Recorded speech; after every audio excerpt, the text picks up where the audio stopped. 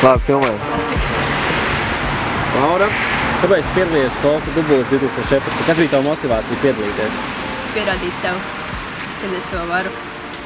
Varbūt tev kāds piespieda? Nē. Tu pati izdomāji, ka tur bija 136 km. Jā. Nebija tā, ka es spīti vienkārši piedalīties? Nē, tāpēc, ka zināju, ka es varu to labāk par citiem. Tu zināji, ka tu noies jau pašā sākumā? Jā. Tu vispār nebija šaubas? Nekādu. Tu gāji viena? Nope. Ar ko tu gāji? Ar bijušo draugu. Kā bija? Ja tu iet vēlreiz, tu iet ar kādu kopā tā vai neiet? Vai tu iet viena pati? Es ietu, bet es labāk izvērtētu, ar ko es eju. Tas ir ļoti svarīgi, ar ko te eji, ja? Vajadzēja viens. Labāk tu iet vienam. Nevienmēr. Varbūt tas pa ceļam drīzāk satiec kādu un pāja bišķiņu, kamēr tev viņš galīgi pievišķiem, tad eju kādu citu. Tieši atceros, ka tev grūti bija, ka tu tā kā saki, es varētu iet ātrāk, bet viņš tā kā digi nomirs un viņš ir jāvalk. Tā kā tad bija tā kā eskalācija. Kāds ir spilgtākais brīdis, ko tu atceries no visas distances? Aiz Aindurs, tur, kad mēs gājām, tad bija tā kā, likās, ka tuliņ jābūt jau tam punktam, tad nāk. Nāves nometnē 100 kilometram. Jā, laikam tas pats, un tad ej gaidu, tur, bāc, un tuliņ jau tur būs, un tad turpin iet, un tā kā uguns, kad redz jau pieeja klāt, tad tur kaut kādi citi cilvēki to sen, tad tāds atceries, nav, cik tālu nav. Tā bija dziļākā bēdra sanāk. Jā, visdrīzāk jūs laik ej, un nekad nepienāk tas punkts, kurā ir pazīstams ceļš. Fiziski bija grūti, sāpīgi bija pasākums? Ja par to nedomā, tad nav sāpīgi, bet tik līdz sākas domāt, pats, vai man nav tulznes uz kājām, un tad ir tā, pats man ir tulznes uz kājām, un viss krampjas kaudas. Kas bija pats grūtākais? Kāpēc? Distancē. Kad tu gāji, tu droši vien vairākas reizes gribēji izstāties, un kas bija pats grūtākais? Es negribēju izstāties. Negribēji? Bet pats grūtākais bija laikam noskatīties, kā man pārdod tulznes.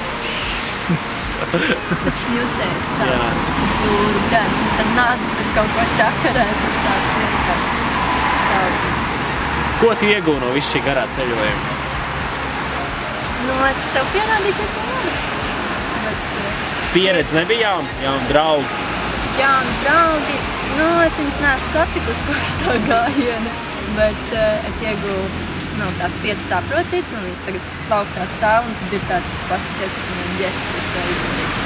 Šogad piedalīsies? Jā, kad jau redzēs. Kāds tavs ieteikums tiem, kas piedalīsies šogad?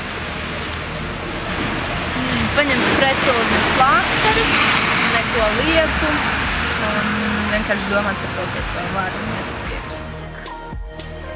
Kristīna, kāpēc tu piedalījies Kolka dubultā 2014? Kas bija tava motivācija? Mana motivācija bija tas, tāpēc, ka man ļoti patīk iet, staigāt. Es biju pirms kāda pusgada nogājis Santiago ceļu. Visu? Es nogāju ar kājām 300 km un 500 es nobraucu ar velosipēdu. Bet tur jau bija maz, tur bija dienā vidēji 25 km, un es nolēmu, ka jāmet sev nākamais izaicinājums un jāiet ir kaut kas garāks.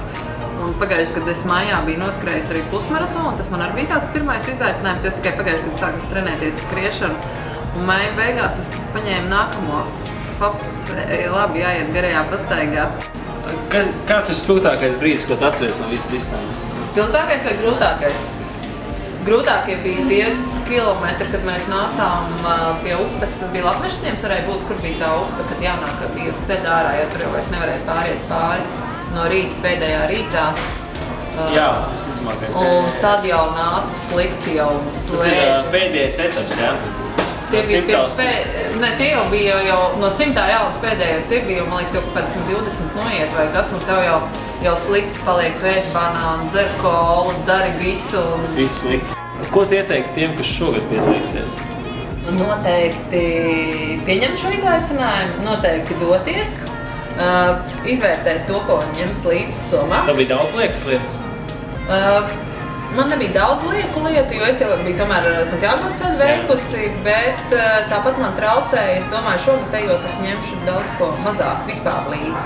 Jo man personīgi nevajadzēja tik daudz ēst, tas ir atkarīgs no cilvēkiem, cik viņi daudz vēlas ceļa laikā ēst. Un otrs, ko es noteikti ieteiktu, jebkuram vismaz dzīvē 10-15 km noiet tāpatās, tāpēc, ka man personīgi, kas ir vairāk pieradusi staigāt, man to ir vieglāk izdarīt, to es esmu pārbaudījis tajā pašā nākamajā pārgājienā, ka tie, kas skrien, nevienmēr viņiem ir grūtāk iet nekā tie, kas ir gājuši. Tā kā jebkuram, kurš dosies, kurš pirmo reizi dosies, izaiet vismaz 15 km iesildīšanos pastaigu gan tajās savos apavos, kuros jūs iesiet, gan arī, lai pēdām rodas tā sajūta, ka jūs esat vismaz vienreiz gājis. Šogad tev varēs satikt distancē? Nu, es ceru, ka jā, man ir tas izaicinājums, lai būtu līdz kāds cilvēks, kuram es varētu palīdzēt, kā saka, arī iedvesmot un iet, jo pagājuši, kad es sapratu, ka Mārtiņam bija ļoti liels manam ceļbiedram atbalsts, jo jau, kad velkoties uz to 100 kilometru ik pa laikam, kad nāca lūziens un viss, kad es teicu, nē, ejam. Jo man ir tas pārsteigums, lai man ir kāds nogurums, ka man ieslēdzās tas raķeti un es varu ļoti ātri iet. Es pats jau biju Alējas kultu gājienā, līdz ko es uzliku to akmens maisu. Es paskatījos pēc Endamondo, mans ātrums bija stipri lielāks. Es vienkārši dodu uz priekšu, neapstājoties, tev ir tas spēks un tu ej. Un, kas ir svarīgi, jebkuram to es no pieredzes, gan Santiago ceļa, gan Kolkas ceļš, gan Alējas gājiens, ir jābūt mērķim, ko tu gribi sasniegt.